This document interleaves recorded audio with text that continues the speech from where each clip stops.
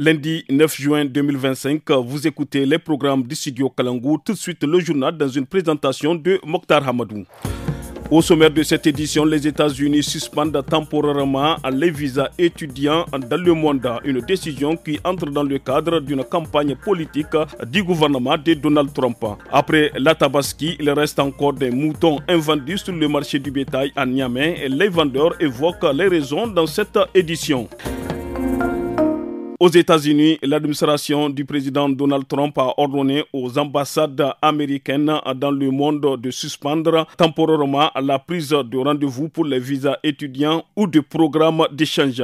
L'information a été relayée par plusieurs médias américains, dont le Washington Post. Cette décision fait partie d'une campagne plus large contre certaines formes de discours jugés hostiles envers un groupe religieux et vise surtout les étudiants qui soutiennent publiquement à la cause palestinienne.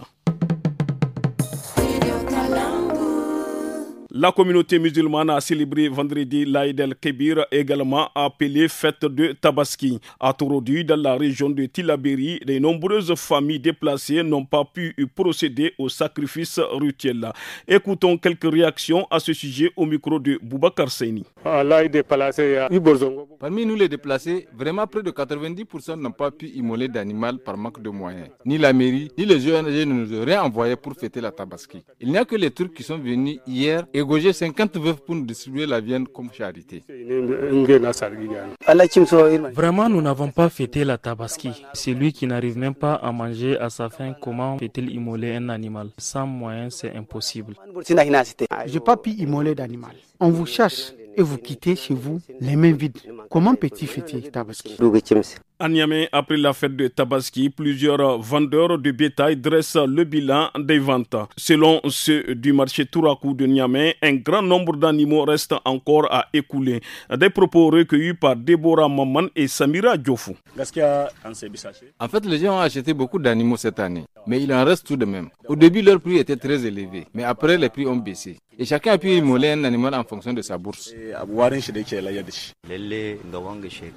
Effectivement, cette année, il y a eu mes ventes d'animaux. C'est une perte, car élever un animal durant un an et ne pas pouvoir le vendre, c'est perdre. Cela n'a pas concerné Niamey uniquement. Toutes les régions du pays sont touchées par cette mévente, puisqu'il a été interdit d'exporter du bétail. Chaque année a sa particularité. Cette année a été difficile. Ceux qui achetaient 4 moutons se sont contentés de 2, d'où cette mévente.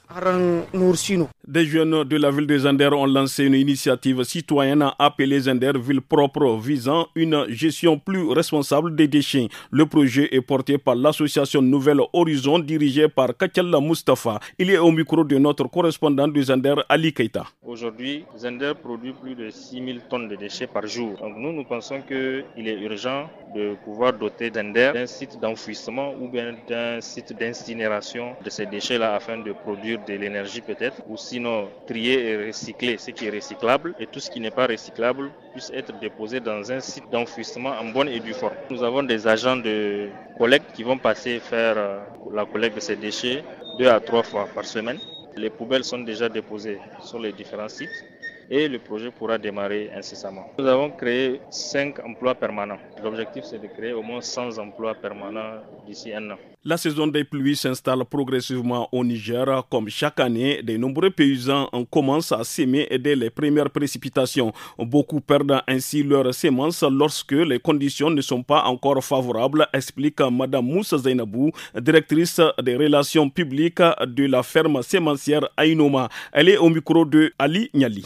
Il faut qu'on puisse s'armer pour pouvoir accueillir la campagne. Nous n'avons qu'une seule campagne pluviale au Niger. Il y a des entreprises semencières auxquelles les producteurs peuvent demander à quel taux de pluviométrie ils peuvent s'aimer. Parce que si la terre n'est pas bien humide et qu'ils sèment, ils vont perdre non seulement leurs semences, leur temps aussi. Pour les semences, je dirais que nous avons des importantes quantités. Le mil, il est à 700 francs le kilo. Le sorgho, il est à 800 francs le kilo.